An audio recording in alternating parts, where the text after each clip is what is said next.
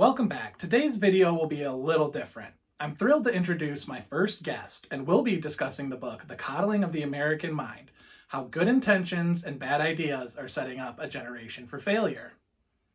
We'll dive into the distinctions between safety and safetyism, explore microaggressions, emotional reasoning, trigger warnings, and safe spaces, and examine what these concepts mean for our future freedom and liberty.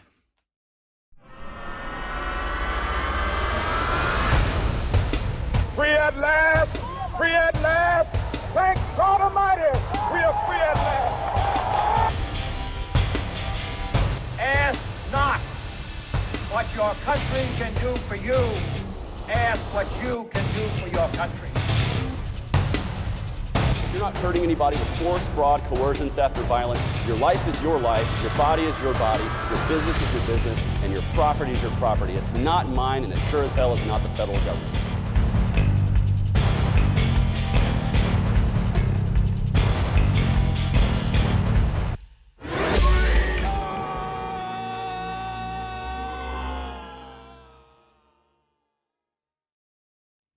The Coddling of the American Mind was published in 2018 by Great Lukianoff, a First Amendment expert and the president and CEO of the Foundation for Individual Rights and Expression, FIRE, and Jonathan Haidt, a social psychologist and professor at New York University's Stern School of Business. While many celebrated it as a brave and necessary intervention, it also faced substantial backlash from those who found its arguments misguided, oversimplistic, or even harmful. Despite the author's claims of nonpartisanship, some critics perceive the book as having an underlying conservative or right-leaning agenda, especially in its critique of identity politics and social justice movements. However, it's worth noting that the authors, both self-identified liberals, made an effort to frame their arguments as nonpartisan. I personally feel that Jonathan Haidt's background as a social psychologist lends significant credibility to the book's arguments, particularly its reliance on concepts from cognitive behavioral therapy and the idea of anti-fragility.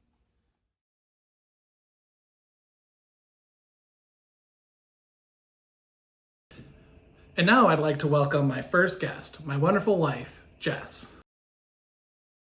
I read this book in June of 2025 and recommended it to you, and you've just finished it. Did you have any thoughts on this book before reading it? When I first heard about the book from you, I assumed it was going to be about just a generalized thing. I didn't realize it was going to focus so much on college and university-aged kids. Right. I thought that it was going to be more about a general sense. I guess because of today's political environment, I just assumed that was going to be what it was about. But again, this was written in 2018. So. Right.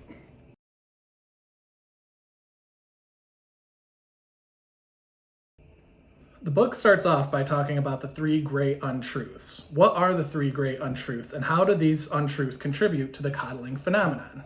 So the first great untruth is the untruth of fragility. What doesn't kill us makes us weaker. The second great untruth is always trust your feelings. And the third great untruth is us versus them. So what doesn't kill us makes us weaker. As we know, generations, thousands and thousands of years, we've always gotten stronger because of the difficulties that we have faced through life. Right. But now we're kind of getting into this age where these kids have bad things happen to them, and it's almost like a victim mentality. Right. Where it's like, oh, this happened to me, and now I'm so damaged, like I can't handle anything. Right. And the more that happens, the less they can handle. The always trust your feelings kind of goes back to the idea of cognitive behavioral therapy, where it asks you to not trust your feelings. Right. So if you were to have a reaction to something someone said, you need to take a step back, think about that, and then question it. Right. So that way you're not just thinking with your feelings. You're using logic and reasoning to assess the situation or think. By always trusting your feelings, logic and reason are kind of like going out the window. Yes. And then the us versus them, it's this idea of good versus evil, where my ideas are right and I'm good. Therefore, your ideas are different. You're evil. So then it just creates this wall between people, and there's no more of this trying to find like common ground, gray area. Right. It's very black and white. And that's how you end up in our current political situation. Yes. One of the major themes in the book is the difference between safety and safetyism. Can you explain the difference between safety and safetyism? Safety is actually being safe from physical danger. So when you think of a safe house, you're thinking of people who are being stowed away from actual danger. Right. Safetyism is the thought process that it's not just physical danger anymore. We're talking about words, thoughts, that sort of thing are now falling into that category of actual danger, when in reality it's just thoughts and words. So safety is wearing a helmet while riding a bike. Safetyism is wearing a helmet to protect you from words. Yes, exactly. The term microaggression was coined in the early 70s and focused specifically on the everyday slights and indignities experienced by African Americans. Its use became more widespread in the mid-2000s and early 2010s. And its meaning broadened to include other marginalized groups based on gender, sexual orientation, disability, and many more factors. How do the authors suggest the focus on microaggressions, while potentially well-intentioned, can be counterproductive? So this kind of goes back to one of the great untruths, is always trust your feelings. So someone says something and you immediately have a visceral reaction to that, and you think, wow, that person just said something racist. In cognitive behavioral therapy, they teach you to assume that everyone has the best intentions with what they say. So they teach you to, if you hear something like that, that elicits a reaction, you think, okay, they probably have the best intentions in mind. Let me just clarify with this person. So you say, it kind of came off like this. What did you mean? Or this could come off this way to a certain person. I just wanted to let you know that, very calmly, and not have that like emotional reaction. Immediate emotional response. So in the definition of microaggression, it has now been broadened to intentional or unintentional slights. So someone who has an unintentional slight, you're assuming they're being aggressive. Like, you hear the word aggressive and you think intentional, purposely. I don't usually assume someone is aggressive on accident. Right. Or unintentionally. Like, if Right. someone is being aggressive, I'm assuming they're making a conscious choice to Right. be aggressive. So this is just taking that word, and it's someone's completely unintentionally like hurting your feelings, and suddenly they're racist, or they're Right. sexist, or misogynistic, or whatever it may be. Right. You don't even really give that person a chance. Like, they accidentally say something wrong, or they don't word it correctly, and you have just assumed the worst out of that person. Right. And a lot of times what we're seeing is this happens, and instead of saying like, hey, it could come off like this. Right. What did you mean? Like, just in the future, if you could like word it a little bit different. Right. Instead, we're immediately, how dare you say something like that? And most of these people are shocked, because Right. they genuinely had no intention of hurting anyone's feelings or coming off offensive or anything like that. Most of these people, they have well intentions. They Right. just poorly worded something. Right. And instead of giving them a chance to sit, they're just immediately like witch hunt. Like, you need to go down, us versus them. You are now evil. Right. The book delves into the concept of emotional reasoning. What is emotional reasoning, and how does prioritizing feelings over evidence-based reasoning impact academic discourse and problem solving? So emotional reasoning is using your emotions to make a decision instead of taking a step back and saying, let me look at the evidence, or let me just kind of think logically about this. Instead, you're using your visceral reaction to something as your reasoning. So now we're seeing this in classrooms. One of the examples that they used in the book, which just blew my mind, was one of the professors who was a law professor. One of the things that she teaches is rape law. And so she started to talk about that in class, and someone went and filed an Article 9 against her because bringing that up was triggering or upsetting. And so she went and filed an Article 9 against the professor and asked that that not be talked about.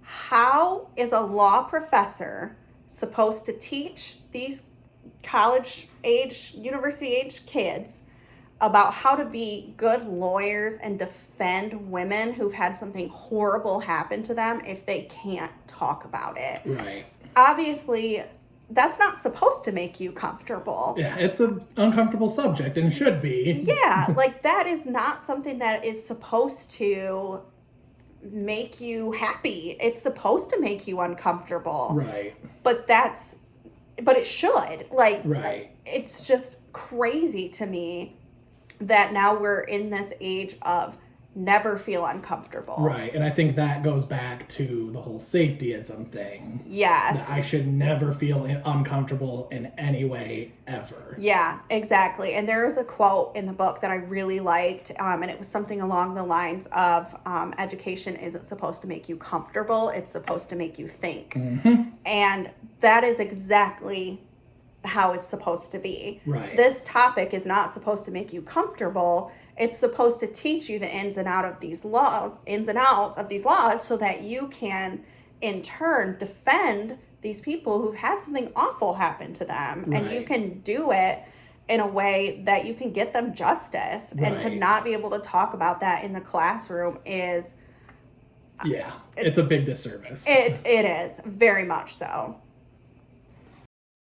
The authors discuss trigger warnings and safe spaces. How do they define these concepts in the book, and what are their main concerns about the implementation of these concepts on college campuses?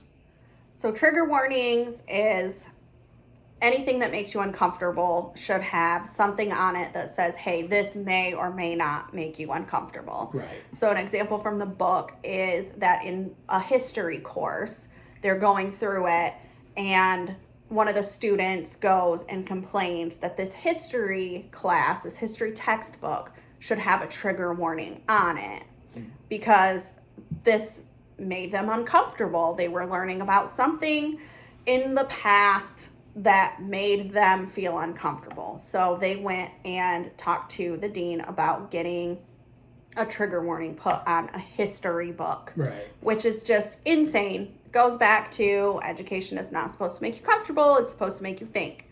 Safe spaces are spaces in college campuses that if you're having something bad happen to you or you're struggling, you can go to this place and kind of like decompress. One of the examples that they used was there was a speaker who was coming to the university and there was going to be a debate on rape culture. One person agreed that rape culture is actually a thing. The other person said that they didn't necessarily agree with rape culture, but they were going to have a debate and discuss this. There were protests about the person coming to say, like, they didn't necessarily believe in rape culture as a whole. It was more attributed to other things. Right. And this set people off. So not only did they protested this speaker coming. They invited another speaker to come and host a talk at the exact same time that this talk was taking place. But it wasn't a debate. It was someone who supported the idea of rape culture. There was no debate involved. It was just one person supporting these people's ideas, not challenging them whatsoever. And then at the same time this all was happening, they also set up a room where there were puppies, kittens, bubbles, fluffy furniture, everything that you can think of like in a sensory room or things that would make you happy, so that students who felt unsafe or in danger while these talks were going on, they could go to this room and decompress and feel like it was an actual safe space. And the fact that we've even talked about rape twice in this video now means that I have to put a trigger warning in the beginning of the video. Oh, sorry. That's all right. This is like the second or third video I've had to do that, so it's fine. These racist teachers have got to go. Hey, hey. Oh, oh. These racist teachers have got to go. Evergreen and most institutions are built on a racist model, and Evergreen claims to not be part of that process and has done very damaging things to its students of color, particularly its black students. They spend significant time highlighting incidents of conflict over free speech on college campuses involving protests and disinvitations. What is one example from the book you found most impactful? So one example from the book that I had a visceral reaction to, I was driving, listening, and I felt myself getting angry listening to this. It was Evergreen University, and they had this this program or this annual event that they did every year to show the importance of people of color on campus. They would have one day where these people didn't show up for work, just to highlight that they are important for the college campus, right, and that they contribute a lot to it. Right. So somehow the idea got brought up that instead of doing that, these people would come to class or to the university. So students, professors, whatever, yes, all staff and students who were people of color would come to school, but white people were not allowed on campus for that day. So one of the professors was very open and said, I don't really agree with this. Like, he was completely fine when, it was a day of them not coming just to show how much they contribute. Right. Totally supported that. That's fine. But the minute they said, okay, white people aren't allowed on campus for the day. Which sounds a lot like segregation to me. Yeah. Was when he said, I don't really agree with that. I don't support that. And the reaction the students had, I, honest to God, think that they all should have gone to jail for holding people hostage because they... Destroying property. Yes, yeah. They started destroying property. They went to this professor's classroom, put him in a chair up front, in front of everybody, and, they wouldn't let him leave. They were blocking the exits, and he said, I have to use the bathroom, and they said, too bad, you're gonna stay there. Yes. He went to get his phone to text his wife to say, hey, this is what's going on, and they immediately attacked him like, you don't care about this, you're on your phone, this just shows how much you don't care, blah, blah, blah. While this is happening, they're also not letting the dean of the school and other staff members leave either. They're all just blocking all the exits off, not letting these people leave, waving signs, screaming in their faces, and the school tells the police to stand down. And I'm like, what? Yeah. They tell the police to stand down because these protesters, they're doing good. They're Right. doing good things, and they're challenging the mainstream thought process and all this other stuff. They even had water and food delivered to the protesters. And I'm like, they held these people hostage. Mm-hmm. Literally, that is the definition of holding someone hostage. Yeah. It is just insane to me. I'm driving thinking, oh my God, this is an actual real life thing that happened. Yeah, and they actually, after this, through all this, the professor who disagreed with these students is now recognized by the Southern Poverty Law Center as a white supremacist. He has been labeled as a white supremacist. Which is insane. insane. If it seems like if he was a white supremacist, he wouldn't have supported their day previously of people of color not coming to show how much they contribute to the university and like campus life. Yes. And I believe what I remember from it, because I actually remember I was driving when I was when I was listening to this part of the book, and was white knuckling it. What he was saying is that no one should ever be banned from coming onto campus. Yes. To choose to not come onto campus in recognition of something is one thing, and productive. To say you, because of the color of your skin, cannot come onto campus this day. Yeah. That was his argument against it. Yes. Yep. It was just insane. I mean, and that checks all the boxes of the 3 great untruths. Yes. Us versus them.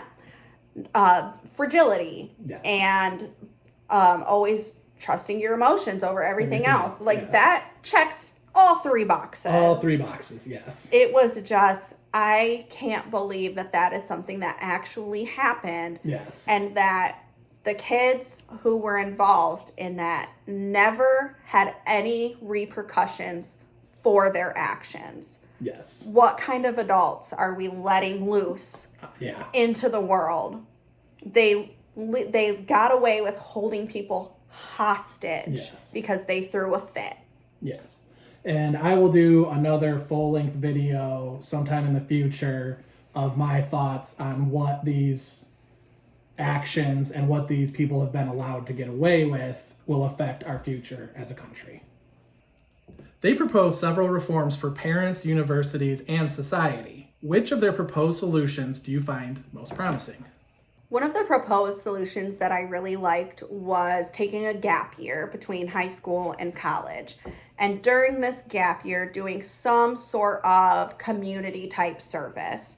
So you get out of high school and you take a year to go work on building houses. Right. Or you go work on, passing out food to the homeless. Right. Whatever. It doesn't have to be those 2 things. It can be anything that kind of falls into that. Right. That forces kids to work with people who don't necessarily fit into their little box. Right. Get outside of their comfort zone and outside of their Yes, bubble. exactly. Because a lot of these kids are coming from a high school that has similar ideas and then hopping right into a university that also has those same ideas. But then not ratcheted up another level. Yes, exactly. And they're not having anybody with different opinions talk to them. They're in a confirmation bias bubble is what they call that. Yeah, confirmation bias, Yep. So, or echo chamber. Yeah, exactly. Yeah. Exactly.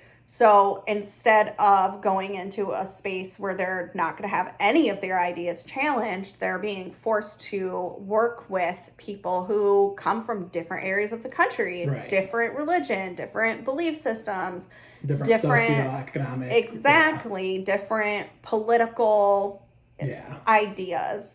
And then also, one of their proposed ideas is that we need to just rein it back with getting on our kids about college applications, because now we have universities who their acceptance levels used to be higher than they are now. Right. And now Harvard University used to be at a 14% acceptance rate, and it's down to a 7% acceptance rate now. Low class families, they don't put that pressure on their kids. They've found it is middle, high class that put this pressure on their kids. Starting freshman year, they're you have to get all A's. You have to take all these extra classes. You have to do all this community service. Right. And start working on these letters, way in advance. And this is stressful for kids. Right, and they're kids. Exactly, they're kids. Now, if you have a kid who says, I want to be a doctor when I grow up, then you probably should go along that path. You need to get on it then. Yes, you probably should. If you want to be a doctor, a lawyer, something like that, then yeah, like you do need to pursue that, because that kind of comes with that territory. Right. If you're looking at someone who wants to become like a teacher, that's no less valuable than a doctor or a lawyer, but that's not really a requirement. You don't really have to jump through all those hoops to do that. There are varying degrees. You don't necessarily need to do that for every single profession that's out there. It's just too stressful. And the minute you start to push these like advanced classes on kids, all this extra community service, hours upon hours of homework, you're like stealing their joy away. Right. And this is one of the reasons that they think anxiety and depression have become so prevalent in college-aged kids, is because in high school they're starting this road, and then with social media on top, right? It's multifaceted. But one of the reasons is that there's so much pressure being put on these kids, and you know, one kid might love history, but they've had to take so many extracurricular advanced classes that now you're like kind of beating it out of them. Right. Which of their solutions do you find less practical or problematic? One of the things that I found the least practical was taking away any supervision for kids, elementary aged kids, during like free play or recess. And I think before social media and bullying became so huge and suicide rates of kids became like off the charts, I think that that could have been something that was attainable. But I think it's really hard now to take away that supervision when you do have that. And you have these kids who come from homes, and I would say they're more aggressive than previous generations. So it's hard for me, and this just might be a bias because I'm a parent and I would worry about my kids with a bunch of other kids out in the world with other kids who I don't know what their backgrounds are like. And I don't know what they're saying to the kids, and I don't know what they're doing. I mean, one of them could push them off the top of the slide for all I know. Like, it's just hard for me, and I admit that I could be biased on that. Like, I will full on admit that, but I just think with the way things are today, that would be really, really hard to accomplish. So the thing that I see that I somewhat disagree with, and I do see that it is important to have adult supervision, especially at school. But what I see, and this is, again, just my opinion, is that a little bit of bullying through your life is actually kind of a good thing, and being taught how to stand up to being taught how to stand up for yourself to a bully, instead of always having that safety net of there's this adult over here, I don't have to deal with this problem myself, is in a way kind of setting children back and further reinforcing some of the themes of this book, where as like with our children, we've had some small issues with bullies here and there, and we've tried to set them up to be like, all right, this is what you do. This is how you handle a bully for yourself. If it comes to a certain point, we will step in for you, but you need to be able to stand up to this bully, because that's how you learn to stand up for yourself. You know, and obviously bullying, I'm not saying that all bullying is a good thing. It can go too far, and there should be some adult intervention, but I think that adult intervention is almost too accessible to kids. Yeah, and I do agree with that. I agree that a little bit of bullying is okay. I think it's not okay, but builds character, right? But I think part of it too is with social media and with these kids having access to so much more. Like, one of the top reasons for death in children from the ages of like 8 to 14 is suicide. Right. Because you have kids on social media, or they've seen things on social media and come back to school and they say, you need to go kill yourself. Right.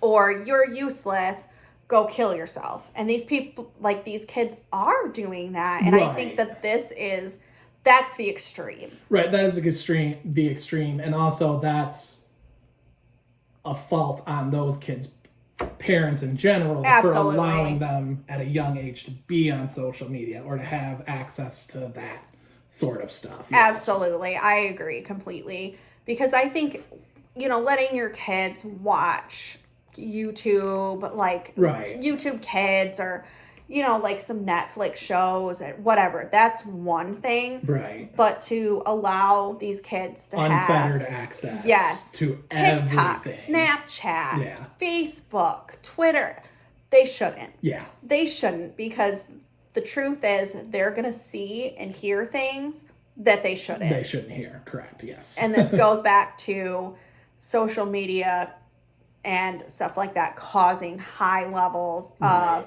anxiety and depression, as well as these feelings of like FOMO, which is really bad. And they've found that girls experience that more than boys do. Yeah. The book was published in 2018. Have any of these trends discussed in the book intensified, diminished, or changed since then? I personally think that this has intensified.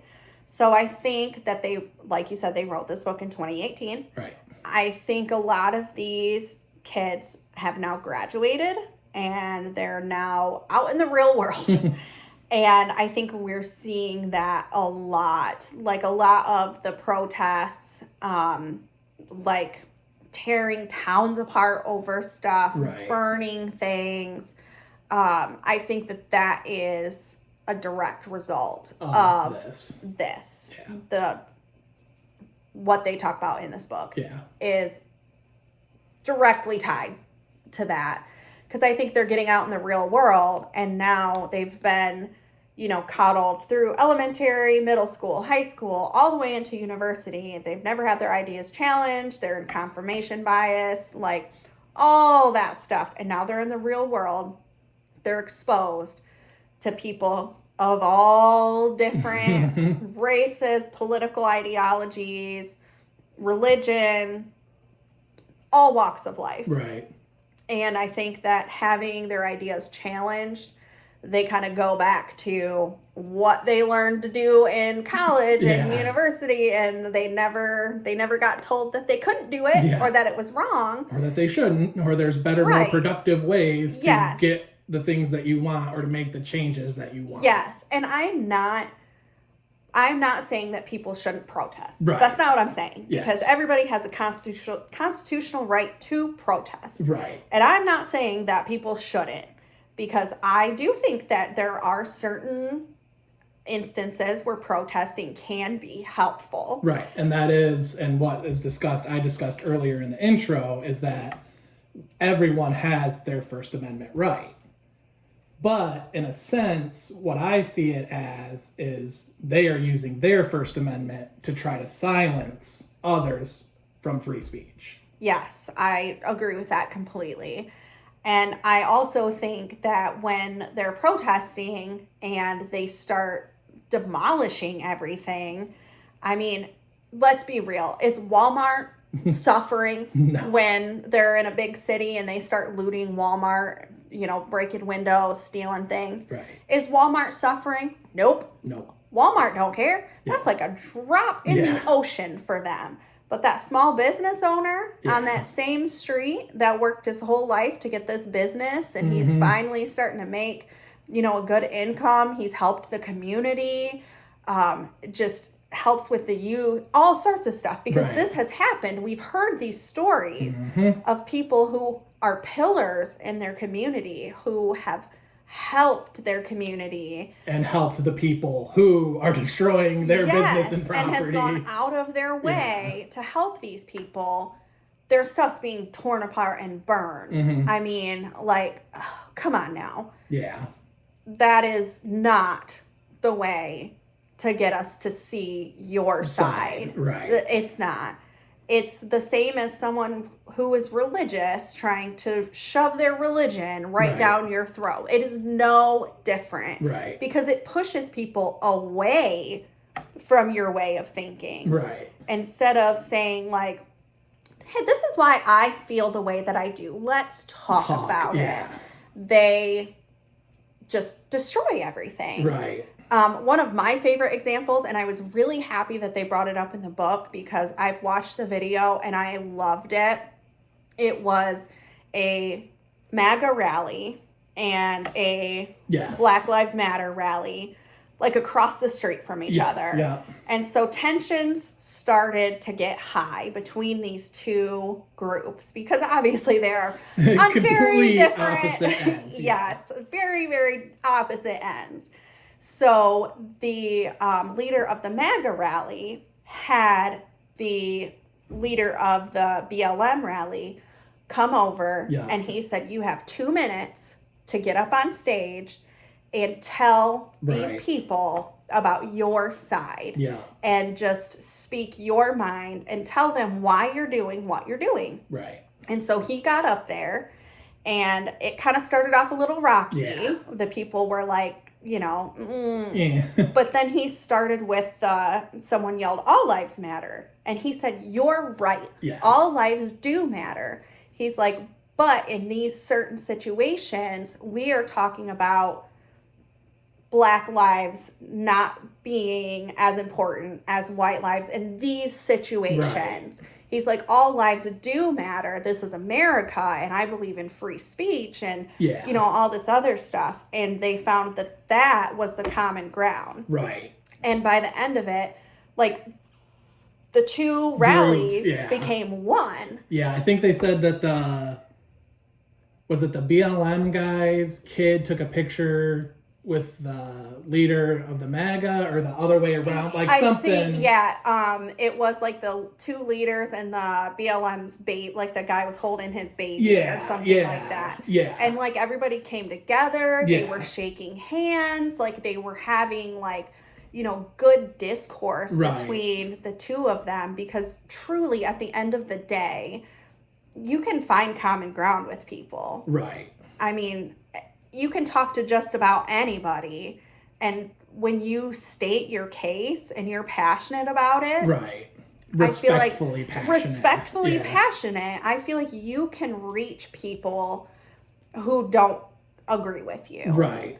And I think that that is what we should be aiming to do. Right. I mean, because you're the Freedom Files and you talk about the government and all this other stuff, so you know that that's what they don't want. Right. And that's what I try my best on this channel to not criticize people, but to criticize ideas.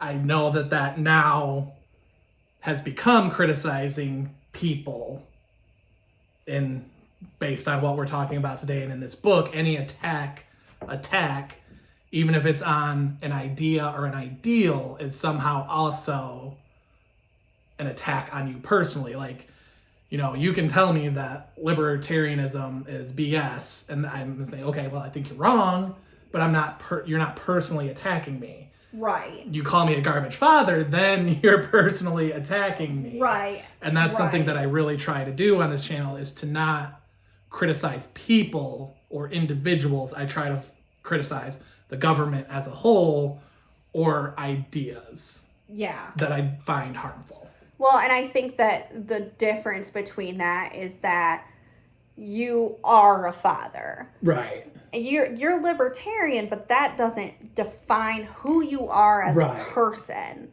So I think that, you know, if someone were to say you're a bad father, that attacks you. Right. Specifically you. That's like saying, I hate your haircut, or your glasses are stupid, or you know what I mean? Like, your beard is disheveled. Why would I take you seriously?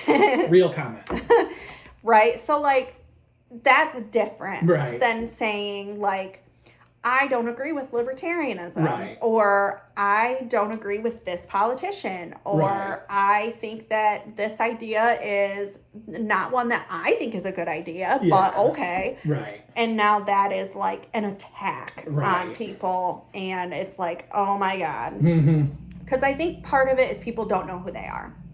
This is true. I think that people they don't know who they are as a person, so they kind of latch on to the things around them. Right. That's just a theory. Yeah. I mean, I could be wrong, but it kind of seems like that is how it is. Yeah. Finally, how would you rate this book out of 10 based on preserving freedom of speech and individual liberty? I would rate it a 10, honestly. I thought it was really good. I agreed with pretty much everything in the book. There's nothing in it that I thought, I don't really agree with that.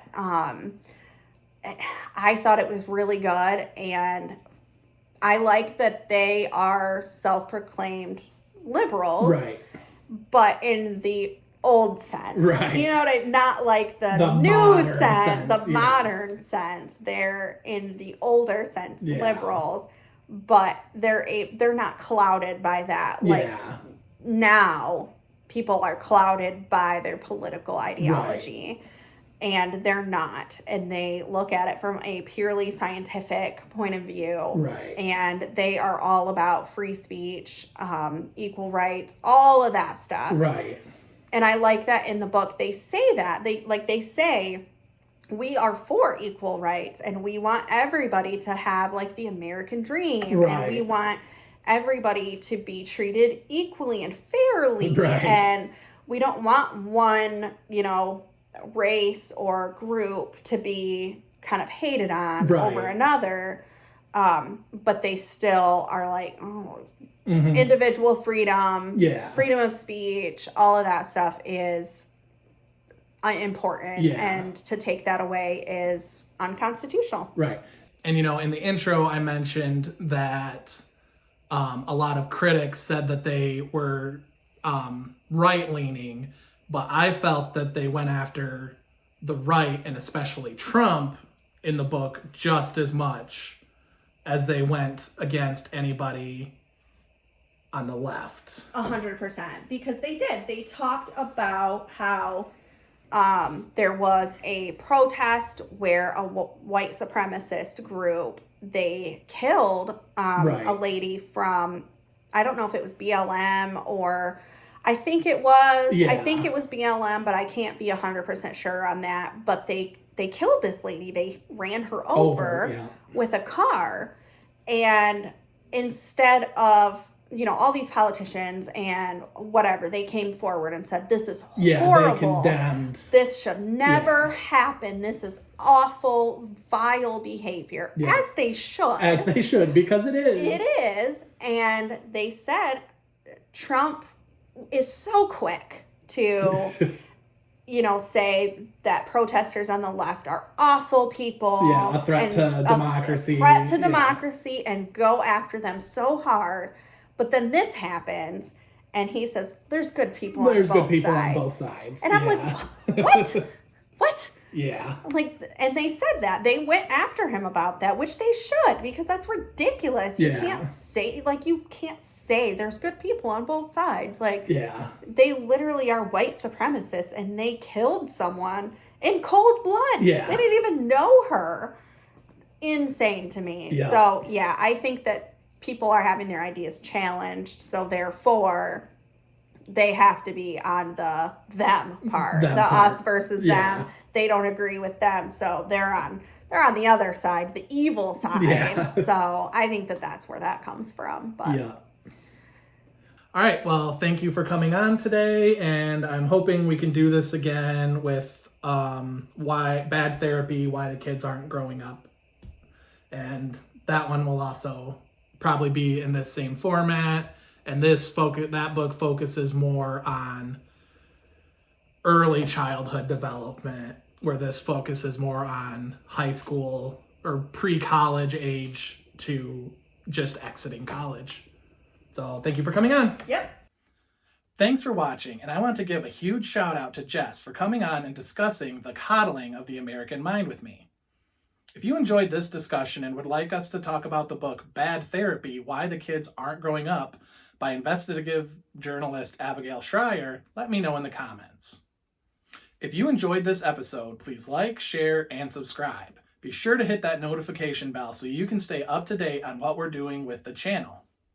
And remember, the freedom of speech and expression is the most important of all human rights, because without it, the others are impossible. Vaclav Havel.